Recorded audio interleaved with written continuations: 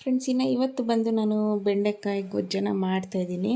ತುಂಬ ಅಂದರೆ ತುಂಬ ಚೆನ್ನಾಗಿರುತ್ತೆ. ಸಾಂಬಾರು ಮಾಡೋದಕ್ಕಿಂತ ಬೆಂಡೆಕಾಯಿ ಗೊಜ್ಜು ಮಾಡ್ಕೊತೀನಿ. ಅನ್ನಕ್ಕೂ ಅಷ್ಟೇ ಸೂಪರಾಗಿರುತ್ತೆ. ಮುದ್ದೆ ಸಹ ತಿನ್ಬೋದು. ಆ್ಯಂಡ್ ಚಪಾತಿಗಂತೂ ಹೇಳಷ್ಟೇ ಇಲ್ಲ, ಅಷ್ಟು ಚೆನ್ನಾಗಿರುತ್ತೆ. ಬನ್ನಿ, ಈ ಲಾಗಲ್ಲಿ ನಾನು ಬೆಂಡೆಕಾಯಿ ರೆಸಿಪಿ ಸಹ ನೋಡಿಸ್ತಾ ಇದ್ದೀನಿ ಹೇಗೆ ಮಾಡೋದು ಅಂತ. ತುಂಬ ಅಂದರೆ ತುಂಬ ಚೆನ್ನಾಗಿರುತ್ತೆ. ಒಂದ್ಸರಿ ನೀವು ಈ ಥರ ಟ್ರೈ ಮಾಡಿ ನೋಡಿ ಹೇಗೆ ಬಂತು ಅಂತ ಕಮೆಂಟ್ ಮಾಡಿ. ಇನ್ನೂ ನನ್ನ ಚಾನಲ್ಗೆ ಸಬ್ಸ್ಕ್ರೈಬ್ ಆಗಿಲ್ಲ ಅಂದರೆ ಸಬ್ಸ್ಕ್ರೈಬ್ ಮಾಡ್ಕೊಳ್ಳಿ ಫ್ರೆಂಡ್ಸ್. ಹಾಗೆ ನಿಮಗೆ ಈ ಲಾಗ್, ಈ ವಿಡಿಯೋ ಏನಾದರೂ ಇಷ್ಟ ಆದರೆ ಒಂದು ಲೈಕ್ ಮಾಡಿ. ಬನ್ನಿ, ಈಗ ನಾನು ಯಾವ ಥರ ಪ್ರಿಪೇರ್ ಮಾಡ್ತೀನಿ ಬೆಂಡೆಕಾಯಿ ಗೊಜ್ಜು ಅಂತ ನೋಡೋಣ. ಯಾರೆಲ್ಲ ಬೆಂಡೆಕಾಯಿ ತಿನ್ನಲ್ಲ ಅವರು ಸಹ ತುಂಬ ಚೆನ್ನಾಗಿದೆ ಅಂತ ತಿಂತೀರಾ, ಅಷ್ಟು ಚೆನ್ನಾಗಿರುತ್ತೆ ಈ ರೆಸಿಪಿ ಅಂತೂ.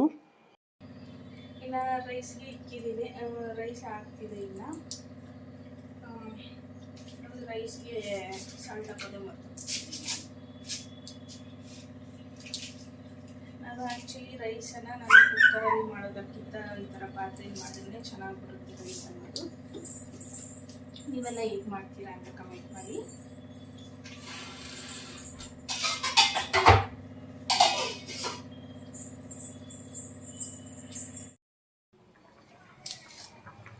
ಇಲ್ಲಿ ನಾನು ಒಂದು 2 ಟೊಮ್ಯಾಟೋಸನ್ನು ತೊಗೊಂಡಿದ್ದೀನಿ. ಬೆಂಡೆಕಾಯಿ ಗೊಜ್ಜಿಗೆ ಟೊಮ್ಯಾಟೊ ಹಾಕಿದ್ರೆ ಕೆಲವರು ಸಾಂಬಾರು ಮಾಡುವಾಗ ಹುಣಸೆಹಣ್ಣು ರಸ ಹಾಕ್ತಾರೆ, ಅದೇನು ಅಷ್ಟೊಂದು ಚೆನ್ನಾಗಿರಲ್ಲ. ಇವತ್ತು ಗೊಜ್ಜು ಮಾಡ್ತಾಯಿದ್ದೀನಲ್ವ, 2 ಟೊಮ್ಯಾಟೋನ ತೊಗೊಂಡಿದ್ದೀನಿ. 1 ಆನಿಯನ್ನ ಚಿಕ್ಕ ಚಿಕ್ಕದಾಗಿ ಕಟ್ ಮಾಡ್ಕೊತಾ ಇದ್ದೀನಿ. ಸ್ವಲ್ಪ ನೋಡಿ 1 ಇಂಚಷ್ಟು ಶುಂಠಿನ ತೊಗೊಂಡಿದ್ದೀನಿ ನಾನಲ್ಲಿ. ಈಗ ಎಲ್ಲ ಕಟ್ ಮಾಡ್ಕೊತಾ ಇದ್ದೀನಿ.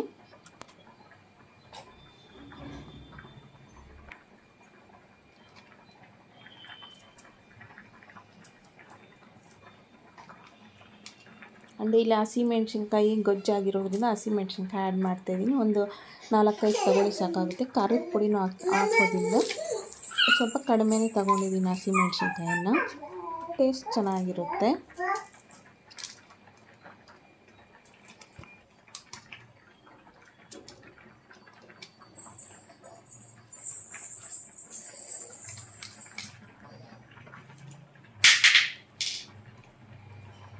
ಸ್ವಲ್ಪ ಒಂದು 2 ರೆಂಬೆ ಆಗುವಷ್ಟು ಕರಿಬೇವನ್ನು ತೊಗೊಂಡಿದ್ದೀನಿ. 1 ಬೆಳ್ಳುಳ್ಳಿ, 1 ಇಂಚ್ ಆಗುವಷ್ಟು ಶುಂಠಿನ ತೊಗೊಂಡಿದ್ದೀನಿ. ಕೊಬ್ಬರಿ ಸ್ವಲ್ಪ ತೊಗೊಂಡಿದ್ದೀನಿ. ಇಲ್ಲಿ ಇವು 3 ಸಹ ಗ್ರೈಂಡ್ ಮಾಡ್ಕೋಬೇಕು, ಚೆನ್ನಾಗಿ ಗ್ರೈಂಡ್ ಮಾಡ್ಕೋಬೇಕು ಇದನ್ನು. ಬನ್ನಿ ಹೇಗೆ ಮಾಡ್ತೀನಿ ಅಂತ ನೋಡೋಣ.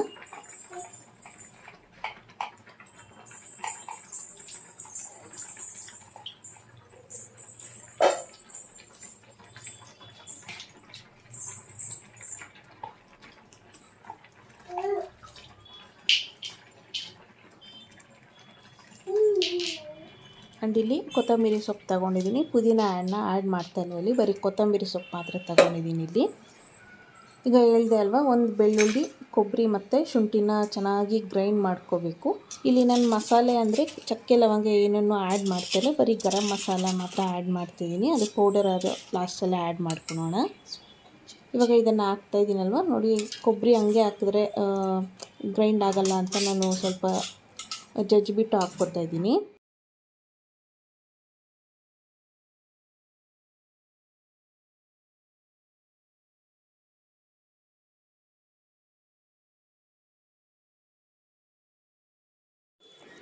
ಫ್ರೆಂಡ್ಸ್, ಇಲ್ಲಿ ನಾನು 2 ಟೇಬಲ್ ಸ್ಪೂನ್ ಆಗುವಷ್ಟು ಕಡಲೆ ಬೀಜನ ತಗೊಂಡಿದ್ದೀನಿ. ಇದನ್ನು ಈಗ ರೋಸ್ಟ್ ಮಾಡ್ಕೋಬೇಕು. ರೋಸ್ಟ್ ಮಾಡಿಕೊಂಡು ರುಬ್ಬಕ್ಕೆ ಹಾಕ್ಕೊಂಡಿದ್ವಲ್ಲ ಅದಕ್ಕೆ ಹಾಕಿ ರುಬ್ಕೋಬೇಕು. ಕಡಲೆ ಬೀಜ ಹಾಕೋದ್ರಿಂದ ಒಂಥರ ಡಿಫ್ರೆಂಟ್ ಟೇಸ್ಟೇ ಬರುತ್ತೆ. ನಮಗೆ ಮಸಾಲೆ ಅಂತ ಅನಿಸೋದಿಲ್ಲ. ಬೆಂಡೆಕಾಯಿ ಗೊಜ್ಜು ಟೇಸ್ಟ್ ಅಂತೂ ಸೂಪರಾಗಿರುತ್ತೆ. ನಿಮಗೆ ಮುಂಚೆ ವಿಡಿಯೋಲಿ ನಾನು ಎಣ್ಣೆ ಬದನೆಕಾಯಿ ಸಾಂಬಾರನ್ನು ಮಾಡಿದ್ದೆ, ಅದರಲ್ಲೂ ಸಹ ಆ್ಯಡ್ ಮಾಡಿದ್ದೀನಿ. ಈ ಥರ ಕಡಲೆ ಬೀಜ ಆ್ಯಡ್ ಮಾಡೋದ್ರಿಂದ ಟೇಸ್ಟ್ ಅಂತೂ ಸೂಪರಾಗಿರುತ್ತೆ. ಈಗ ಇದು ಮಿಕ್ಸಿ ಗ್ರೈಂಡ್ ಮಾಡ್ಕೊಂಡಿದ್ದೀನಲ್ವ, ಅದಕ್ಕೆ ಆ್ಯಡ್ ಮಾಡಿಕೊಂಡು ಅದನ್ನು ಸಹ ಪೇಸ್ಟ್ ಮಾಡ್ಕೊತಾ ಇದ್ದೀನಿ ಎಲ್ಲನೂ. ಈಗ ನೋಡಿ ಬೆಂಡೆಕಾಯಿ ಅಂತೂ ಎಳೆಯಾಗಿದೆ, ಚೆನ್ನಾಗಿದೆ, ಫ್ರೆಶ್ ಆಗಿದ್ದಾವೆ. ಈಗ ಇದನ್ನು ಕಟ್ ಮಾಡಿಕೊಂಡು ಫಸ್ಟು ಎಲ್ಲ ಚೆನ್ನಾಗಿ ತೊಳ್ಕೊಂಡು, ಕೆಲವರಾದರೆ ಬೆಂಡೆಕಾಯಿನ ವಾಶ್ ಮಾಡಬಾರ್ದು ಅಂತ ಅಂತಾರೆ. ನಾನು ವಾಶ್ ಮಾಡಿಬಿಟ್ಟು ಒಂದು ಬಟ್ಟೆಯಲ್ಲಿ ಒರೆಸ್ಬಿಟ್ಟು, ಕೆಲವೊಬ್ಬರಾದರೆ ವಾಶ್ ಮಾಡಲ್ಲ, ಬಟ್ ಜಸ್ಟ್ ಅದ್ರ ಮೇಲೆ ಇರೋದು ಮುಳ್ಳು ಇರುತ್ತಲ್ವ ಅದನ್ನು ಮಾತ್ರ ಬಟ್ಟೆಯಲ್ಲಿ ಇಲ್ಲ ಕ್ಲಾತಲ್ಲಿ ಬಡಿಸ್ಬಿಡ್ತಾರೆ, ವಾಶ್ ಮಾಡೋದಿಲ್ಲ. ವಾಶ್ ಮಾಡೋದ್ರಿಂದ ಅದೇನು ವಾಟರ್ ಏನು ಇರೋದಿಲ್ಲ. ಇದರ ಚಿಕ್ಕ ಚಿಕ್ಕ ಪೀಸಸ್ ಆಗಿ ಕಟ್ ಮಾಡಿಕೊಂಡು ಸ್ವಲ್ಪ ಪ್ಯಾನ್ಗೆ ಆಯಿಲ್ ಹಾಕ್ಬಿಟ್ಟು ಫ್ರೈ ಮಾಡ್ಕೋಬೇಕು. ನಾವು ಐ ಫ್ಲೇಮಲ್ಲಿ ಇಕ್ದಿರ ಮೀಡಿಯಮ್ ಫ್ಲೇಮಲ್ಲೇ ಇಕ್ಕಿ ಫ್ರೈ ಮಾಡಿಕೊಂಡ್ರೆ ಚೆನ್ನಾಗಿ ಫ್ರೈ ಆಗುತ್ತೆ. ಆ್ಯಂಡ್ ಬೆಂಡೆಕಾಯಿ ಅನ್ನೋದು ಬ್ಲ್ಯಾಕ್ ಆಗೋದಿಲ್ಲ. ನಾವು ಯಾವ ಥರ ಕಟ್ ಮಾಡಿರ್ತೀರೋ ಅದೇ ಥರನೇ ಇರುತ್ತೆ. ಆಯಿಲ್ ಹಾಕಿ ಒಬ್ಬೊಬ್ಬರು ಆಯಿಲ್ ಹಾಕೋದಿಲ್ಲ. ಆಯಿಲ್ ಹಾಕಿಲ್ಲ ಅಂದರೆ ಬೆಂಡೆಕಾಯಿ ಬ್ಲ್ಯಾಕ್ ಆಗೋಗುತ್ತೆ, ಸೀದೋಗೋ ಥರ ಸ್ಮೆಲ್ ಬರುತ್ತೆ ಸಾಂಬಾರೆಲ್ಲ. ಈ ಥರ ಆಯಿಲ್ ಹಾಕೋದ್ರಿಂದ ಚೆನ್ನಾಗಿ ಆಯಿಲಲ್ಲಿ ಫ್ರೈ ಆಗುತ್ತೆ. ಆ್ಯಂಡ್ ಸ್ಮೆಲ್ ಸಹ ಚೆನ್ನಾಗಿರುತ್ತೆ, ಬ್ಲ್ಯಾಕ್ ಅನ್ನೋದು ಆಗೋದಿಲ್ಲ. ಇದನ್ನು ಫ್ರೈ ಮಾಡಬೇಕಾದ್ರೆ ಖಂಡಿತ ಪೇಷನ್ಸ್ ಅಂತೂ ಇರಲೇಬೇಕು. ಪೇಷನ್ಸಿಂದ ಫ್ರೈ ಮಾಡಬೇಕು. ಬೇಗನೆ ಫ್ರೈ ಆಗಬೇಕು ಅಂತ ನಾವು ಐ ಫ್ಲೇಮ್ ಇಕ್ಬಿಟ್ರೆ ಅವು ಸರಿಯಾಗಿ ಬೆಂದಿರಲ್ಲ. ಮೀಡಿಯಮ್ ಫ್ಲೇಮಲ್ಲೇ ಇಟ್ಕೊಂಡು ಒಂದು ಅಟ್ಲೀಸ್ಟ್ ಮಿನಿಮಮ್ ಅಂದರೂ ಒಂದು 5 to 6 ಮಿನಿಟ್ಸ್ ಆದರೂ ನಾವು ಲೋ ಫ್ಲೇಮಲ್ಲಿ ಇಟ್ಕೊಂಡು ಫ್ರೈ ಮಾಡ್ಕೋಬೇಕು ಇದನ್ನು.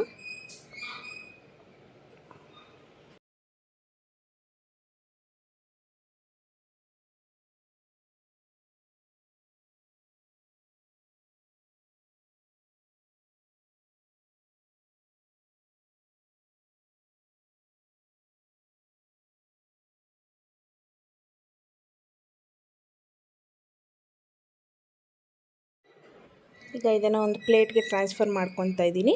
ಸೇಮ್ ಪ್ಯಾನ್ಗೆ ಆಯಿಲನ್ನು ಹಾಕ್ಕೊಂಡು ಈಗ ಒಗ್ಗರಣೆಯನ್ನು ಮಾಡ್ಕೋಬೇಕು. ಆಯಿಲ್ ಹೀಟ್ ಆದಮೇಲೆ ಸಾಸಿವೆ ಹಾಕ್ಕೋತಾ ಇದ್ದೀನಿ. ಸಾಸಿವೆ ಚಿಟಪಟ ಆದಮೇಲೆ ಆನಿಯನ್ನು ಮತ್ತು ಹಸಿಮೆಣ್ಸಿನ್ಕಾಯಿ ಆ್ಯಡ್ ಮಾಡ್ಕೋಬೇಕು. ಹಸಿಮೆಣ್ಸಿನ್ಕಾಯಿ ಚೆನ್ನಾಗಿ ಫ್ರೈ ಆಗಬೇಕು. ಕರಿಬೇವನ್ನು ಮತ್ತೆ ಲಾಸ್ಟಲ್ಲಿ ಹಾಕ್ತಾಯಿದ್ದೀನಿ, ಈಗಲೇ ಹಾಕ್ತಾಯಿಲ್ಲ ನಾನು ಕರಿಬೇವನ್ನು.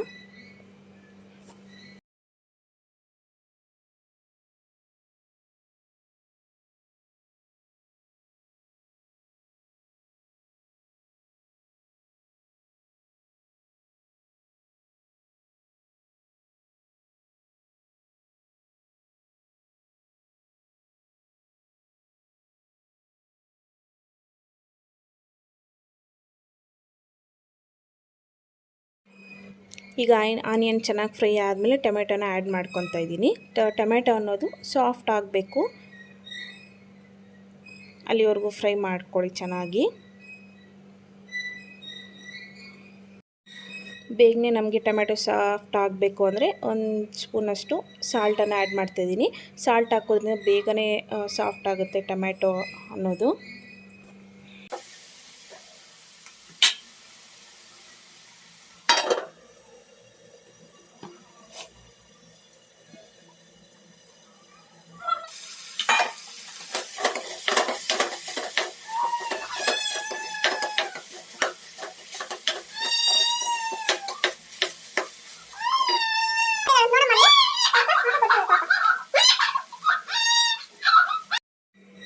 ಈಗ ಗ್ರೈಂಡ್ ಮಾಡ್ಕೊಂಡಿರೋ ಪೇಸ್ಟನ್ನು ಸಹ ಆ್ಯಡ್ ಮಾಡಿಕೊಂಡು ಚೆನ್ನಾಗಿ ಹಸಿ ಸ್ಮೆಲ್ ಹೋಗೋವರೆಗೂ ಕಲಿಸ್ಕೊತಾನೆ ಇರಿ, ಇಲ್ಲ ಸೀದೋಗ್ಬಿಡುತ್ತೆ.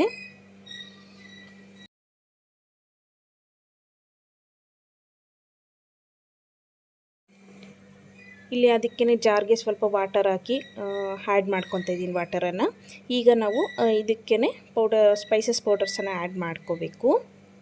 ಇಲ್ಲಿ ನಾನು 2 ಟೇಬಲ್ ಸ್ಪೂನಷ್ಟು ಧನಿಯಾ ಪೌಡರನ್ನು ಆ್ಯಡ್ ಮಾಡ್ತಾಯಿದ್ದೀನಿ. 2-1/4 ಸ್ಪೂನಷ್ಟು ಅಂದರೆ ಖಾರಕ್ಕೆ ಹಸಿಮೆಣ್ಸಿನ್ಕಾಯಿ ಹಾಕಿರೋದ್ರಿಂದ 1 ಟೇಬಲ್ ಸ್ಪೂನಷ್ಟು ಖಾರದ ಪುಡಿಯನ್ನು ಆ್ಯಡ್ ಮಾಡ್ಕೊತಾ ಇದ್ದೀನಿ. ನಿಮಗೆ ಸ್ಪೈಸಿ ಬೇಕು ಅಂದರೆ ಇನ್ನೂ 1 ಸ್ಪೂನ್ ಆ್ಯಡ್ ಮಾಡ್ಕೋಬೋದು. ಗರಂ ಮಸಾಲ ಇಲ್ಲಿ 1/4 ಸ್ಪೂನಷ್ಟು ಆ್ಯಡ್ ಮಾಡ್ಕೊತಾ ಇದ್ದೀನಿ. ನಾವಿಲ್ಲಿ ಗರಂ ಮಸಾಲ ಅಂತ ಚಕ್ಕೆ ಲವಂಗ ಏನನ್ನು ಆ್ಯಡ್ ಮಾಡ್ಕೊಂಡಿಲ್ಲ ಅಲ್ವಾ, ಸೊ ಅದಕ್ಕೆ ನಾನು ಗರಂ ಮಸಾಲ ಪೌಡರನ್ನು ಆ್ಯಡ್ ಮಾಡ್ಕೊತಾ ಇದ್ದೀನಿ ಇಲ್ಲಿ. ಈಗ ಚೆನ್ನಾಗಿ ಮಿಕ್ಸ್ ಮಾಡ್ಕೋಬೇಕು. ಇದು ಚೆನ್ನಾಗಿ ಹಸಿ ಸ್ಮೆಲ್ ಹೋಗೋವರೆಗೂ ನಾವು ಇದನ್ನು ಕುಕ್ ಮಾಡ್ಕೋಬೇಕು. ಬೆಂಡೆಕಾಯಿ ಅನ್ನೋದು ನಾವು ಫ್ರೈ ಮಾಡ್ಕೊಂಡಿರೋ ಬೆಂಡೆಕಾಯಿನ ಮತ್ತು ಲಾಸ್ಟಲ್ಲಿ ಹಾಕಬೇಕು. ಹೀಗೆ ಹಾಕ್ಬಿಟ್ರೆ ಎಲ್ಲ ಮೆತ್ತಗೆ ಆಗಿಬಿಡುತ್ತೆ. ಸ್ವಲ್ಪ ಮಸಾಲೆ ಅನ್ನೋದು ಹಸಿ ಸ್ಮೆಲ್ ಹೋಗಬೇಕು. ಹಸಿ ಸ್ಮೆಲ್ ಆದಮೇಲೆ ಒಂದು ಆಯಿಲೆಲ್ಲ ಮೇಲೆ ಬಂದಿರುತ್ತೆ, ನಮಗೆ ಗೊತ್ತಾಗುತ್ತೆ ಹಸಿ ಸ್ಮೆಲ್ಲೆಲ್ಲ ಹೋಗಿರುತ್ತೆ, ಕರಿ ಅನ್ನೋದು ಕುಕ್ ಆಗಿರುತ್ತೆ. ಆಗ ನಾವು ಬೆಂಡೆಕಾಯಿನ ಆ್ಯಡ್ ಮಾಡ್ಕೋಬೇಕು. ಈಗ ಪ್ಲೇಟ್ ಕ್ಲೋಸ್ ಮಾಡಿಬಿಟ್ಟು ಉಪ್ಪು ಆವಾಗೇ ಹಾಕಿದ್ದೀವಲ್ವ, ಇವಾಗೇನು ಹಾಕೋಷ್ಟಿಲ್ಲ. ನಿಮಗೆ ನೋಡಿಕೊಂಡು ಉಪ್ಪು ಕಮ್ಮಿ ಇದ್ದರೆ ಲಾಸ್ಟಲ್ಲಿ ಆ್ಯಡ್ ಮಾಡ್ಕೋಬೋದು. ಉಪ್ಪು ಅನ್ನೋದು ಜಾಸ್ತಿ ಆದರೆ ಮತ್ತೆ ತಿನ್ನೋದಕ್ಕಾಗೋದಿಲ್ಲ.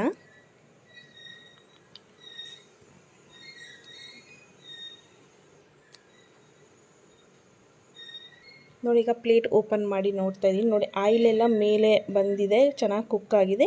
ಈಗ ಕೊತ್ತಂಬರಿ ಸೊಪ್ಪನ್ನು ಆ್ಯಡ್ ಮಾಡ್ತಾಯಿದ್ದೀನಿ. ಲಾಸ್ಟಲ್ಲಿ ಆ್ಯಡ್ ಮಾಡೋದ್ರಿಂದ ಫ್ಲೇವರ್ ಅನ್ನೋದು ಚೆನ್ನಾಗಿರುತ್ತೆ. ಈಗ ನೋಡಿ, ಹಸಿ ಸ್ಮೆಲ್ಲೆಲ್ಲ ಹೋಗಿದೆ, ಒಂದು ಕನ್ಸಿಸ್ಟೆನ್ಸಿಗೆ ಬಂದಿದೆ ನೋಡಿ ಕರಿ ಅನ್ನೋದು. ನಿಮಗಿನ್ನೂ ನೀರು ಬೇಕು ಅಂದರೆ ನೀರು ಆ್ಯಡ್ ಮಾಡ್ಕೋಬೋದು. ನಾನಿಲ್ಲಿ ಗೊಜ್ಜು ಥರ ಮಾಡ್ತಾ ಇರೋದ್ರಿಂದ ಸ್ವಲ್ಪ ಗ್ರೇವಿ ಅನ್ನೋದು ಗಟ್ಟಿಯಾಗೇ ಇದೆ. ನೀವು ಸಾಂಬಾರು ಥರ ಮಾಡೋ ಹಂಗಿದ್ರೆ ನೀವು ನೀರು ಹಾಕ್ಕೋಬೋದು ಜಾಸ್ತಿನೇ. ನೋಡಿ, ಈಗ ಲಾಸ್ಟಲ್ಲಿ ಹಾಕ್ಬಿಟ್ಟು ಒಂದು 2 to 3 ಮಿನಿಟ್ಸ್ ಕುಕ್ ಮಾಡಿಕೊಂಡ್ರೆ ಸಾಕಾಗುತ್ತೆ. ಬೇಕು ಅಂದರೆ ನೀವು ಆ್ಯಡ್ ಮಾಡ್ಕೋಬೋದು. ನಾನು ಜಾರ್ಗೆ ಸ್ವಲ್ಪ ಲೈಟಾಗಿ ಒಂದು ಹಾಫ್ ಗ್ಲಾಸಷ್ಟು ಆ್ಯಡ್ ಮಾಡ್ಕೊಂಡಿದ್ದೀನಿ ಅಷ್ಟೇ. ಈಗ ಬೆಂಡೆಕಾಯಿ ಕುಕ್ ಆಗೋ ಅಷ್ಟಕ್ಕೆ ಆ ವಾಟರ್ ಸಹ ಇರೋದಿಲ್ಲ, ಕುಕ್ ಆಗಿಬಿಡುತ್ತೆ ಚೆನ್ನಾಗಿ. ಈಗ ಉಪ್ಪು ಖಾರ ಎಲ್ಲ ಸರೋಗಿದೆಯಾ ಅಂತ ನೋಡ್ಕೋಬೇಕು. ಸರೋಗಿದ್ರೆ ಪ್ಲೇಟ್ ಕ್ಲೋಸ್ ಮಾಡಿ ಮೀಡಿಯಮ್ ಫ್ಲೇಮಲ್ಲಿ ಇಟ್ಕೋಬೇಕು. ನೋಡಿ, ಇಲ್ಲಿ ನಂಗೆ ಉಪ್ಪು ಕಮ್ಮಿ ಆಗಿದೆ, ಅದಕ್ಕೆ ನಾನು ಸ್ವಲ್ಪ ಉಪ್ಪನ್ನು ಆ್ಯಡ್ ಮಾಡ್ಕೊತಾ ಇದ್ದೀನಿ. ಈಗ ಪ್ಲೇಟ್ ಕ್ಲೋಸ್ ಮಾಡಿಬಿಟ್ಟು ಒಂದು 2 to 3 ಮಿನಿಟ್ಸ್ ಕುಕ್ ಮಾಡಿಕೊಂಡ್ರೆ ರೆಡಿ ಆಗುತ್ತೆ ಗೊಜ್ಜು ಅನ್ನೋದು. ಟೇಸ್ಟ್ ಮಾತ್ರ ಸೂಪರಾಗಿರುತ್ತೆ. ಬೆಂಡೆಕಾಯಿ ಗೊಜ್ಜು ನಾವು ಸಾಂಬಾರು ಮಾಡೋದಕ್ಕಿಂತ ಈ ಥರ ಗೊಜ್ಜು ಮಾಡ್ಕೊಂಡು ತಿಂದರೆ ಸೂಪರಾಗಿರುತ್ತೆ. ಆ್ಯಂಡ್ ಕೆಲವೊಬ್ಬರು ಮಸಾಲೆ ಎಲ್ಲ ಒಟ್ಟಿಗೆ ಆಗಿಬಿಟ್ಟು ರುಬ್ಬಿಟ್ಟು ಮಾಡ್ತಾರೆ, ಅದು ಅಷ್ಟೊಂದು ಚೆನ್ನಾಗಿರಲ್ಲ. ಈ ಥರ ಗೊಜ್ಜು ಥರ ಮಾಡ್ಕೊಂಡು ತಿಂದರೆ ಅಂತೂ ಸಖತ್ತಾಗಿರುತ್ತೆ. ಚಪಾತಿಗಂತೂ ಸೂಪರ್ ಕಾಂಬಿನೇಷನ್ ಅಂತಲೇ ಹೇಳ್ಬೋದು. ರೈಸ್ಗೂ ಅಷ್ಟೇ ಸೂಪರಾಗಿರುತ್ತೆ. ನಮಗೆ ಅಂಟಂಟು ಥರ ಬರೋದಿಲ್ಲ ಗೊಜ್ಜು ಅನ್ನೋದು, ತುಂಬ ಚೆನ್ನಾಗಿರುತ್ತೆ. ಬರೀ ನೀವು ರೈಸ್ ತಿನ್ನೋದಕ್ಕಿಂತ ಬರೀ ಗೊಜ್ಜನ್ನೇ ತಿಂತೀರ, ಅಷ್ಟು ಚೆನ್ನಾಗಿರುತ್ತೆ. ಒಂದ್ಸಲಿ ನೀವು ಟ್ರೈ ಮಾಡಿ ಹೇಗೆ ಬಂತು ಅಂತ ಕಮೆಂಟ್ ಮಾಡಿ ನನಗೆ. ನೋಡಿ, ಗೊಜ್ಜು ಪ್ರಿಪೇರ್ ಆಗಿದೆ. ಇಷ್ಟೇ, ತುಂಬ ಸಿಂಪಲ್ ಇದು ಮಾಡೋದಕ್ಕೆ. ಹಾಗೆ ನಿಮ್ಗೇನಾದರೂ ಈ ಲಾಗ್ ಏನಾದರೂ ಇಷ್ಟ ಆಗಿದ್ದರೆ ದಯವಿಟ್ಟು ನನ್ನ ಚಾನಲ್ಗೆ ಸಬ್ಸ್ಕ್ರೈಬ್ ಮಾಡ್ಕೊಳ್ಳಿ. ಯಾರಾದರೂ ಹೊಸ್ದಾಗಿ ನೋಡ್ತಿದ್ರೆ ಸಬ್ಸ್ಕ್ರೈಬ್ ಮಾಡ್ಕೊಳ್ಳಿ. ಹಾಗೆ ನನ್ನ ಲೇಟೆಸ್ಟ್ ವೀಡಿಯೋಸ್ ಎಲ್ಲ ನೋಡಿ. ಇದೇ ಥರ ನೆಕ್ಸ್ಟ್ ವೀಡಿಯೋಲಿ ಸಿಗ್ತೀನಿ ಫ್ರೆಂಡ್ಸ್. Thanks for watching.